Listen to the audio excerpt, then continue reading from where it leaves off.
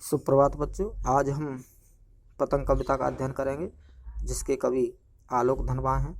इनका जन्म 1948 ईस्वी मुंगेर बिहार में हुआ था। जनता का आदमी उनकी पहली कविता है जो 1972 में प्रकाशित हुई थी। दुनिया रोज बनती है एकमात्र इनका काव्य संग्रह है। इनको कई सारे पुरस्कार मिले इनकी रचनाओं के लिए। पतंग कविता के बारे में कवि आलोक धनवा के द्वारा बच्चों की उम्मीदों, इच्छाओं, सपनों के बारे में बताया गया है कि बच्चों के मन में बहुत सारी इच्छाएं होती हैं, सपने होते हैं जिनको वो पूरा करना चाहते हैं। जैसे पतंग आसमान में उड़ती है, वैसे ही पतंग की तरह बच्चे भी बड़ी बड़ी ऊंचाइयों तक पहुंचना चाहते हैं, ऊंचाइयों को छूना चाहते हैं, सफलता प्राप्त करना चाहते हैं। उनके इरादे बहुत बड़े होते हैं, उनके सपने बहुत बड़े होते हैं, उनकी इच्छाएं बहुत बड़ी होती हैं जिनको वो पूरा करना चाहते हैं। तो चलते हैं पतंग कविता की ओर। सबसे तेज बौछारें गई भादों गया सवेरा हुआ, यानी सबसे तेज बौछारें गई, वर्षा का मौसम बीत गया है, भादों का महीना जो वर्षा का महीना होता है वो चला गया है और अब एक नया सवेरा हुआ है, एक नया मौसम आया है जिस मौसम को क्या कहते हैं? शरद ऋतु, ऑटमन। खरगोश की आंखों जैसा लाल सवेरा, जो नई सुबह है वो कैसी है? खरगोश की आंखों जैसी लाल लाल, कोमल, मासूम, मुलायम। शरद आया पुलों को पार करते हुए। कवि कहते हैं कि जो शरद है वो कई सारे पुलों को पार करते हुए आया है। पूरी कविता में मानवीकरण अलंकार है। इसमें शरद के मौसम का कवि के द्वारा मानवीकरण किया गया है कि जैसे मान चलो शरद आया पुलों को पार करती, यानी जो बालक रूपी जो शरद है वह कई पुलों को पार करती है। पुल कौन कौन से है? कौन से पुल को पार करती हुआ आया है? शरद, ग्रीष्म, वर्षा, सर्दी, वसंत, इन मौसम रूपी पुलों को पार करते हुए आया है बालक रूपी शरद। अपनी नई चमकीली साइकिल तेज चलाते हुए, घंटी बजाते हुए, जोर जोर से चमकीले इशारों से बुलाते हुए, पतंग उड़ाने वाले बच्चों के झुंड को चमकीले इशारों से बुलाते हुए और आकाश को इतना मुलायम बनाते हुए कि पतंग ऊपर उठ सके। जो शरद है, जो बालक रूपी शरद है, वह साइकिल चलाते हुए, जोर जोर से साइकिल चलाते हुए चला आ रहा है और घंटी बजाता चला आ रहा है और इशारों में दूसरे साथियों को, दूसरे बच्चों को भी वो बुला रहा है खेलने के लिए। पतंग उड़ाने वाले बच्चों के झुंड को वह इशारों में बुला रहा है और आकाश को इतना मुलायम बनाए हुए है। सर्द के मौसम में आकाश इतना साफ होता है, इतना मुलायम होता है कि पतंग जैसी चीज आसानी से ऊंची उड़ सके। दुनिया की सबसे हल्की और रंगीन चीज उड़ सके, दुनिया का सबसे पतला कागज उड़ सके, बांस की सबसे पतली कमानी उड़ सके, कि शुरू हो सके सीटियां, किलकारियां और तितलियों की इतनी नाजुक दुनिया।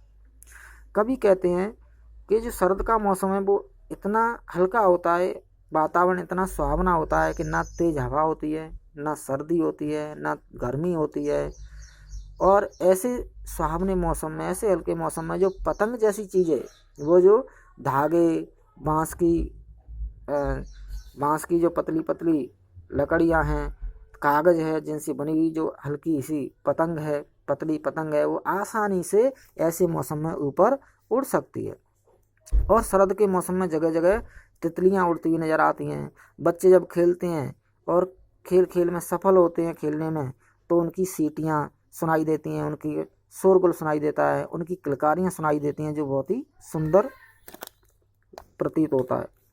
कवि कहता है कि जन्म से ही वे अपने साथ लाते हैं कपास, जन्म से ही वो अपने साथ कपास लाते हैं, यानी उनके जो पैर हैं, उनका जो शरीर है, उनकी जो बॉडी है वो बहुत ही लचीली होती है, कोमल होती है, उनके अंदर एक लचीलापन होता है, जिसको देखते हुए कवि कहता है कि वो अपने साथ ही जन्म से कपास लाते हैं। जैसे कपास यानी कॉटन कितना सॉफ्ट होता है, मुलायम होता है, वैसे ही छोटे बच्चे वो बहुत ही कोमल होते हैं, मुलायम होते हैं, उनमें लचीलापन होता है, फ्लेक्सिबिलिटी जिसे कहते हैं। और ऐसा लगता है, कभी कहते हैं कि पृथ्वी घूमती हुई उनके पास आती है। वो इस तरह से भागते दौड़ते हैं, कभी यहाँ कभी वहाँ, जिसको देखकर कभी लग रहा है जैसे मानचो पृथ्वी खुद उनके पैरों के पास चल करके आ रही है। जब भी दौड़ते हैं तो उनको कोई सुध नहीं रहती है, वो बेसुध होकर के खेलते हैं, दौड़ते हैं और कभी छतों पर, कभी गलियों में, कभी रास्तों पर, सड़कों पर भागते दौड़ते हुए खेलते हुए नजर आते हैं, जिससे ऐसा लगता है कि वो छत को भी क्या बना देते हैं, नरम यानी सॉफ्ट बना देते हैं, उनको कहीं कोई चोट नहीं आती है। जब वो खेलते हैं तो ऐसा लगता है जैसे दिशाओं में मृदंग बज रहा हो, कोई मृदंग यानी वाद्य यंत्र, कोई वाद्य यंत्र बज रहा हो, ऐसा लगता है। जब वे पैंग भरते हुए चले आते हैं डाल की तरह लचीले वेग से, अक्सर पैंग यानी कहते हैं जैसे झूला झूलते समय हम झूठा लेते हैं इधर से उधर, इस तरह से पैंग यानी एक लचीलेपन के साथ, एक रिदम के साथ, एक लय के साथ वो खेलते हुए भागते हुए नजर आते हैं। आगे कभी कहते हैं कि छतों के खतरनाक किनारे तक उस समय गिरने से बचाता है उन्हें सिर्फ उनके ही शरीर, रोमांचित शरीर का संगीत। जब वो पतंग उड़ाते उड़ाते अचानक छत के किनारे तक पहुंच जाते हैं और उस समय उनको केवल और केवल उनके शरीर का, उनका जो रोमांचित शरीर है वही उनको बचाता है, यानी उनकी बॉडी का, उनके शरीर का जो लचीलापन है वह लचीलापन ही उनको गिरने से बचाता है। पतंगों की धड़कती ऊंचाइयां उन्हें थाम लेती हैं महज एक धागे के सहारे। जिस धागे के सहारे पतंग उड़ती है वही धागा उनके लचीले शरीर को, पतंग उड़ाने वाले शरीर को वह धागा गिरने से बचा लेता है। पतंगों के साथ साथ वे भी उड़ रहे हैं अपने रंध्रों के सहारे। जिस तरह से धागे के साथ पतंग उड़ रही है उसी तरह से बच्चे भी, रंध्र कहते हैं छिद्र, छोटे छोटे छेद या सांस भी कह सकते हैं, तो वो अपनी सांसों के साथ, रंध्रों यानी सांसों के साथ वो भी उड़ रहे हैं। अर्थात यहाँ पर सांस या रंध्र से मतलब है उनकी इच्छाएं, उनकी कल्पनाएं। वह कुछ जीवन में कुछ करना चाहते हैं, कुछ बनना चाहते हैं, उनके अपने सपने हैं, उनकी अपनी इच्छाएं हैं, उनके अपने इरादे हैं, और उन इच्छाओं को, सपनों को पूरा करने के लिए वो पूरी मेहनत करते हैं, वो पूरा जी तोड़ परिश्रम करते हैं अपने सपनों को साकार करने के लिए।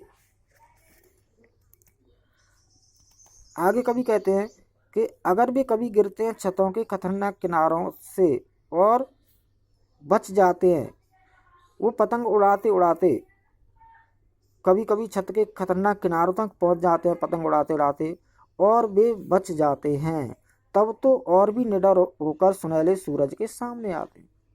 जब वो पतंग उड़ाते उड़ाते किनारे तक पहुंच जाते हैं और गिरने से बच जाते हैं, तब वह और जोश के साथ और नई नई पतंगें और ऊंचा उड़ाने का प्रयास करते हैं। उनकी हिम्मत और बढ़ जाती है, उनका साहस और बढ़ जाता है। यानी जब किसी कार्य में सफल हो जाते हैं बच्चे, तो सफल होने के बाद उनका जो जोश है, उनका जो उत्साह है वह और बढ़ जाता है, वह कुछ और करना चाहते हैं। जब इच्छाएं पूरी हो जाती हैं, उनके कुछ सपने साकार हो जाते हैं, तो उनके सपने और बड़े हो जाते हैं, और उन बड़े सपनों को साकार करने के लिए, पूरा करने के लिए पूरा प्रयास करते हैं, जी तोड़ मेहनत करते हैं।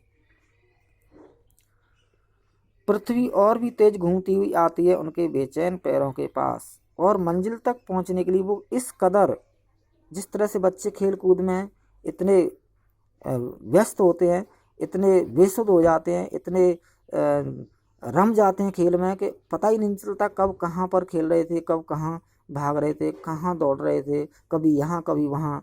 इसके माध्यम से कभी कहना चाहता है पृथ्वी और भी तेज घूमती हुई आती है उनके बेचैन पैरों के पास, यानी उनके अंदर जो गतिशीलता है, जीवंतता है, उनके जो सपने हैं जिनको पूरा करने के लिए वो पूरा प्रयास कर रहे हैं, पूरी मेहनत कर रहे हैं, ऐसा लगता है कि पृथ्वी भी उनकी मेहनत में, उनकी सफलता में अपना योगदान दे रही हो। मंजिल खुद उनके पास चल कर के आ रही हो, सफलता खुद चल कर के उनके पास आ रही हो, उनके सपनों को साकार कराने के लिए। ऐसा कभी को लग रहा है उन बच्चों के खेल को देखते हुए, उन बच्चों की इच्छाओं को देखते हुए। बच्चों की अपनी इच्छाएं हैं जिनको वो पूरा करने के लिए पूरा प्रयास करते हैं, परिश्रम करते हैं, जी तोड़ मेहनत करते हैं अपने सपनों को साकार करने के लिए। जब वो किसी एक कार्य में सफल हो जाते हैं तो दूसरी इच्छाओं को पूरा करने के लिए, दूसरे सपनों को पूरा करने के लिए वो और ज़्यादा प्रयास करते हैं, और ज़्यादा परिश्रम करते हैं अपने इच्छाओं को पूरा करने के लिए, अपने सपनों को पूरा करने के लिए, अपने इरादों को पूरा करने के लिए। तो ये थी बच्चों पतंग कविता, जिसके कवि आलोक धनवा हैं। आज के लिए इतना ही, धन्यवाद।